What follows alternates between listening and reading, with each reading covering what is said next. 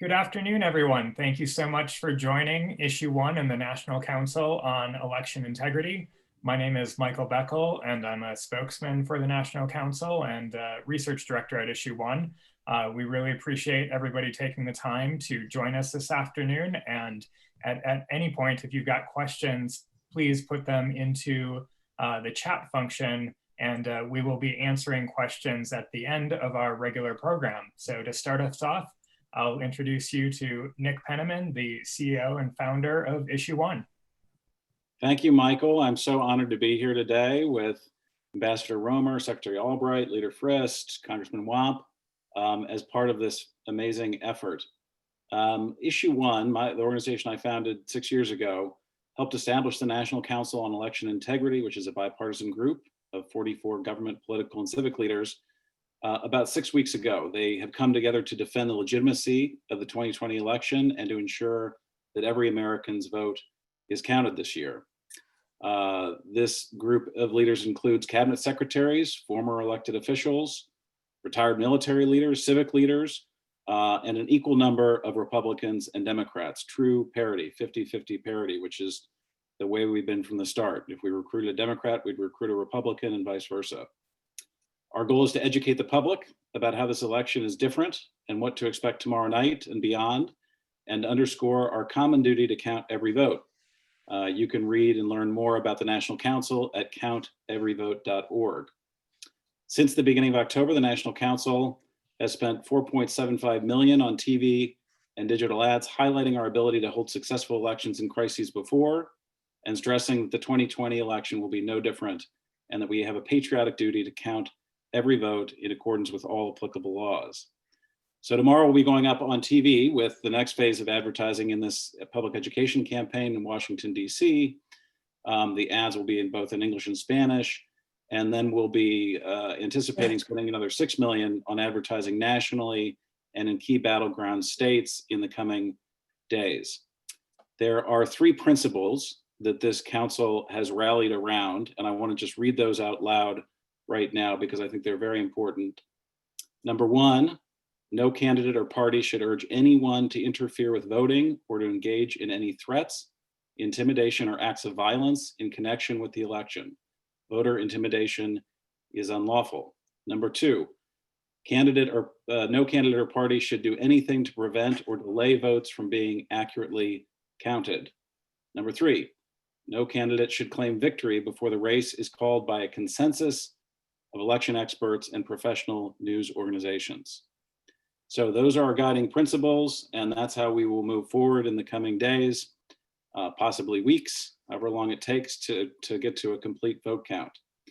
I want to remind reporters that we'll have a Q&A after each one of these wonderful people have made their statements. They should put questions into the chat, and Michael will be fielding them accordingly. So at this point, let me turn it over to Secretary Albright. Thank you for joining us. Thank you very much, Nick, and I'm delighted to be here with all of you. When my family came to the United States after fleeing fascism and communism in 1948, my father said he was very worried about the fact that Americans took their democracy for granted. So I grew up with the concept that democracy was a gift, that we had to really cherish it and to do something about it. And I'm very pleased to be able to join this bipartisan endeavor to protect the democratic process. We need fair elections. According to a recent poll from YouGov and Protect Democracy, 45% of Americans are extremely concerned or very concerned about our country's ability to conduct a free, fair, and safe election this year. Another 26% are somewhat concerned. Fair elections this year will bolster trust and confidence in our democratic institutions. Authoritarian regimes hope to provoke infighting and political violence in the United States. We must stand united and come together as Americans to make our voices heard on Election Day and then ensure that every vote is counted. The world is watching. It is hard to be a beacon of democracy when our institutions are suffering. How we count our votes will send a signal to the world of what democracy looks like. Every ballot cast in accordance with applicable laws must be counted. That's the American way. So let me repeat, the world is watching. Starting with President Trump, people need to remember that November 3rd is the last day for votes to be cast, not the last day for votes to be counted. Great. Thank you, Secretary Albright. And now we'll move over to Senate Majority Leader Frist. Thank you. You know, we've seen record turnout this year, as we all know, including more than 90 million Americans who voted early, either in person or by mail. And the country is on pace to see more Americans vote than at any time in more than a century, with experts predicting 2/3 of eligible voters will cast ballots. And that's exciting, it's energizing, it stirs the patriotism for us all.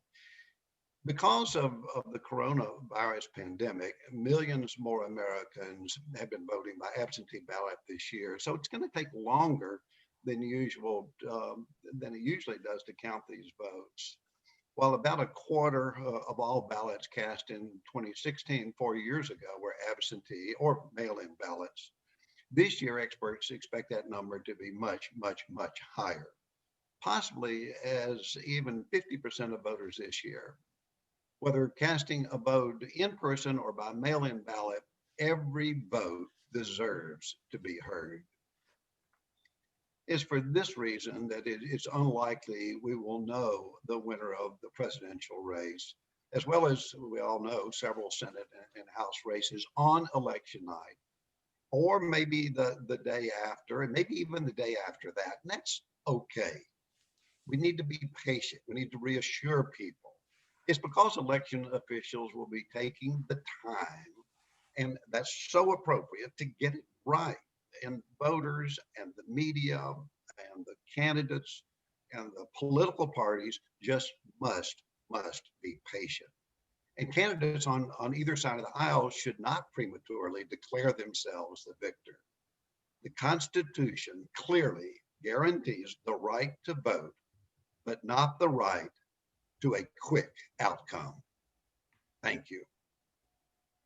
Thank you, Senator Frist. Over to Ambassador Roemer. Tim. Thank you, Nick. Great to share our views today and join together on such an auspicious day before the election. American elections are not based upon getting results quickly, but on counting every vote and getting it right. We have to get it right. As a very mediocre high school football player in Indiana, there are rules about football. 4 quarters, some games take 3 hours, some 7. But a coach can't stand up in the middle of the 3rd quarter because they're ahead and declare the game is over, I won. Similarly, in our elections, no candidate should be able to declare a victory before all the votes are cast.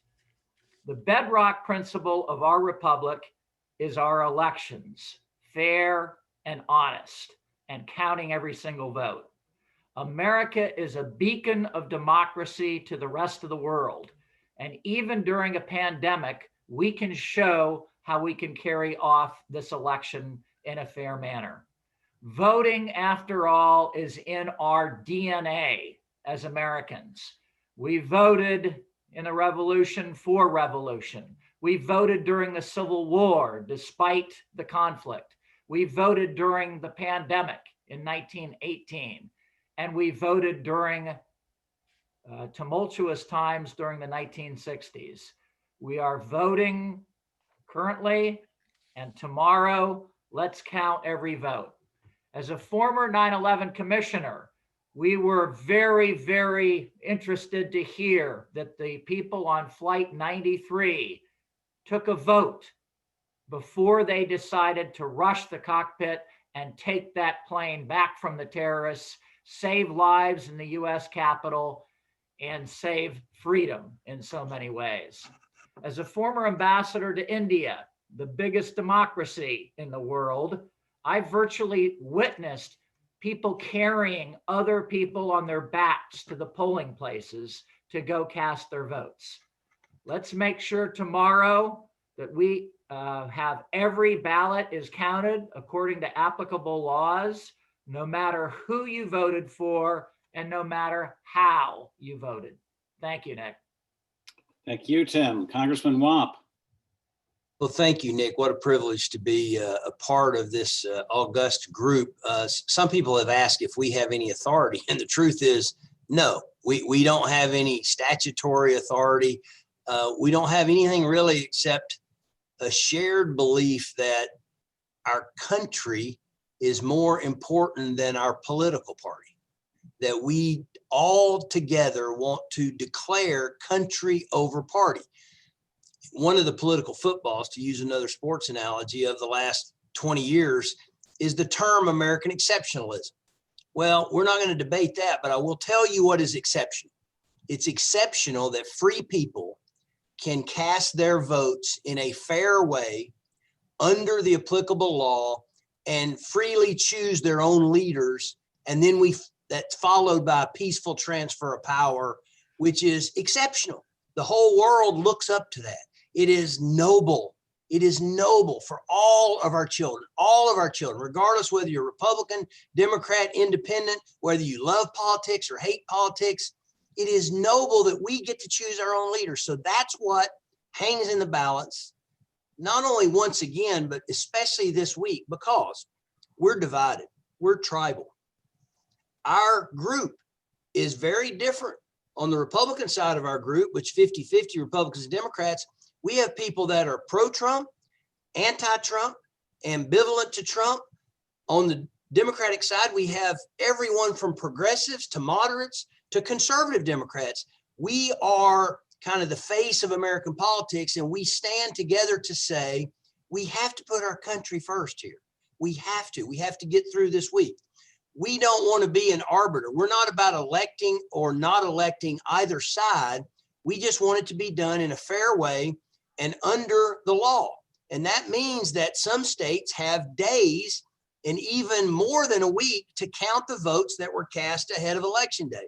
Some have speculated that tomorrow night, Florida and North Carolina and Ohio will likely come in. That could theoretically give the president a little boost, but then Wisconsin and Michigan and Pennsylvania, under the law, will not all come in because they can't count the absentee ballots until Election Day. That's their law. That's the way the rules are ahead of time. So no one should jump the gun and declare victory or concede early until we have a definitive answer on who won under the rules, under the law. That is the American way. And please, if you demonstrate or protest, we oppose all violence from the left to the right, anywhere. Violence is wrong. Destruction is wrong. We convened because we know this is precious and must be preserved no matter who wins. And there is a process underway that will bring us to a winner, but it may take a little time. So please, no matter how passionately you support your candidate, do not let them get ahead of our skis. The country can't get ahead of our skis. The process will take at least a few days. So bear with us, and thank you very much for allowing us to come together on your behalf. All right, thank you, Zach. So I just want to remind reporters and others to put questions into the chat. And Michael, I think you're going to walk us through the questions that have come in. Yeah, that's right. As a reminder, folks can just use the chat function in Zoom to submit questions. And our first question is about what happens if the Wisconsin or Michigan or Pennsylvania legislature ultimately sends a slate of electors that reflects an incomplete vote count, and the state Supreme Court declares a different winner after all the votes are counted. Would anyone like to weigh in about that part of the process and how the ultimate winner of the Electoral College is decided if there are competing slates of electors?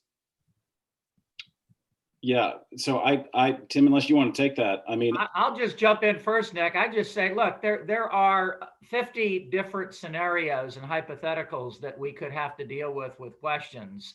The fact of the matter is, as we all know, each state has a particular set of rules We want those abided by. We know that there are scenarios where the state Supreme Court could intervene. We could have a repeat eventually of the US Supreme Court coming in at some point, like they did in 2000. We're not going to get into trying to anticipate every single different scenario. What we are saying in this press conference is every state and our laws take into consideration these different scenarios. And our group is thoroughly united to say, let this constitutional process work its way through, be patient, be peaceful, accept the results at the end of the day. Yeah, I also think we need to point out that the state legislatures are bound to voting for a slate of electors based on the popular vote in those states. So that is why our count every vote message is so critical. We've got to get to the point in which there's a true and complete vote count so that those state legislatures are appropriately, acting. Great, thank you for those responses. Our next question is about when do we anticipate that all or most of the votes will be counted? A Well, really that's great question. That's the $50 million question right now, isn't it? Listen, the top election officials in Michigan and Pennsylvania have said that it's going to take until about Friday or Saturday, if things go as smoothly as possible. If they don't, if there is violence, if there are disruptions, if there are wild ballot challenges, if there are, outside the box legal challenges and other things, that could slow it down. But under ideal conditions, they're saying, Friday, Saturday. So let's say a week to 10 days, which means that patience is going to be really critical and really key. We all just need to kind of sit back and let the election officials do their jobs.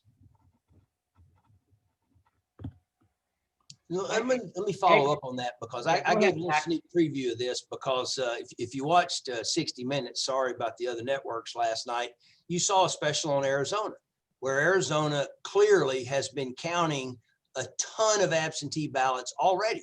They actually have it all locked away right now. It is done. They're ready to declare, when 2 hours after the polls close, this is who won all of these absentees in Arizona.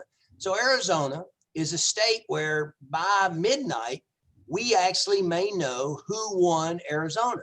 But listen, there's 10 or 12 states that could really swing the outcome of this election. We're not going to know in half of them, and we are probably going to think we know in the other half. The point is, we're probably not going to know. And for either candidate to be saying publicly that they're going to make statements when we don't yet know, that's not good, y'all. I don't care who you're for. That's not good. That's like the candidates deciding that they're the referees and they get to make the call. No, you get to make the call. And the state election offices that are chartered under our laws to conduct the elections, they are the ones who will say, this candidate won in this state and this candidate did not the candidates. It doesn't matter what they say. We're not going to know until we know. And don't jump the gun, and don't let your candidate jump the gun, no matter how much you love them. It's not good for us. It's not good for the country. Yeah, the answer too, I agree with Zach. The answer is we don't know. It depends on three things. They're fast counting states and slow counting states. The fast states are Florida, North Carolina, and Arizona. We'll probably find out a lot by 9 o'clock or midnight about those states. The slow states, Michigan, Pennsylvania, Wisconsin, by law, they can count through Friday. That's the rule. That's the 4 quarters in the football game for them. So we may not know for a few days. The second factor is the margin. If Vice President Biden wins by a considerable margin, we'll know earlier. If President Trump comes in with a surprise and puts together the puzzle like he did in 2016, we may know later. And then lastly, litigation. We have no way of predicting the number of lawyers that are going to descend into the system and slow this process down. Terrific, terrific. Are there any other questions from any other reporters on the line? Any burning questions to ask any of our esteemed panelists that we've gathered here this afternoon?